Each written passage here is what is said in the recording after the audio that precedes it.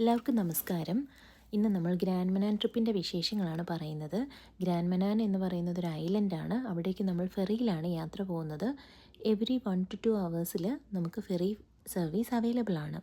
നമുക്ക് ഓൺലൈനായിട്ട് ബുക്ക് ചെയ്യാം, അല്ലെങ്കിൽ അവിടെ എത്തി ബുക്ക് ചെയ്യാവുന്നതാണ്.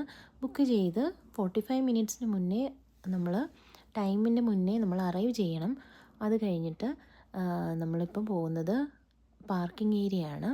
അപ്പോൾ നമ്മൾ വണ്ടി കൊണ്ട് പോവുകയാണെങ്കിൽ $39 അഡൽട്ട്സിന് $13, ചിൽഡ്രൻ $6.5, അണ്ടർ 5 കിഡ്സിനാണെങ്കിൽ ഫ്രീ ആണ്. ഇതിപ്പോൾ നിങ്ങൾ കാണുന്നത് കഫറ്റീരിയ ആണ്. പിന്നെ വെളിയിലുള്ള ഡെക്ക്, അപ്പോൾ അവിടെ അതിൽ നമുക്ക് ഓഷ്യൻ വ്യൂ, നല്ല വ്യൂ ആണ് കാണാൻ പറ്റുന്നത്. പിന്നെ കിഡ്സിന് അവിടെ പ്ലേ ഏരിയ ഉണ്ട്, കുറച്ച് ഗെയിംസും, അങ്ങനെ അവർ എൻഗേജ്ഡ് ആവും അതിൽ. പിന്നെ നമുക്ക് ഫോട്ടോസും ഒക്കെ എടുക്കണമെന്നുണ്ടെങ്കിൽ വെളിയിൽ ഡെക്കിൽ പോയി ഫോട്ടോസൊക്കെ എടുക്കാം, വീഡിയോസൊക്കെ എടുക്കാം. പിന്നെ നമ്മൾ കൊണ്ടുപോകുന്ന ആഹാരം കഴിക്കാനും നമുക്ക് അവിടെ ഇരുന്ന് കഴിക്കാനുള്ള ഫെസിലിറ്റി ഉണ്ട്. ഇതാണ് വെളിയിൽ നിന്നുള്ള വ്യൂ. ഫെറിയിൽ യാത്ര ഏകദേശം 1.5 മണിക്കൂർ എടുക്കും. അപ്പോൾ നല്ല വ്യൂ ആണ്. സമ്മർ ടൈമാണ് കുറച്ചും കൂടെ നല്ലത്.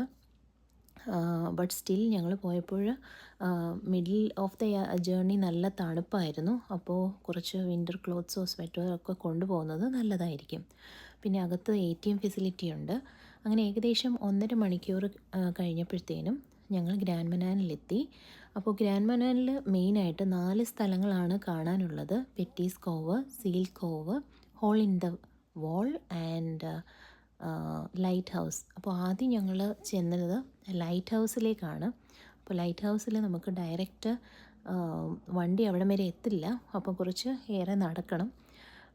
അങ്ങനെ നമ്മൾ ട്രെയിനിലൂടെ നടന്ന് ലൈറ്റ് ഹൗസ് കണ്ടു. അവിടെ മ്യൂസിയം, നമ്മൾ $2 കൊടുത്തു കഴിഞ്ഞാൽ നമുക്ക് ലൈറ്റ് ഹൗസിൻ്റെ അകത്തുള്ള കാര്യങ്ങളൊക്കെ കാണാം. പിന്നെ പോയത് ഹോൾസ് ഇൻ ദി വാൾ എന്നൊരു സ്ഥലമാണ്. അതിലേക്കും കുറേ നടന്നു കഴിയുമ്പോഴത്തേന് റോക്കിൽ ഒരു വ്യൂ പോയിൻ്റ് ഉണ്ട്.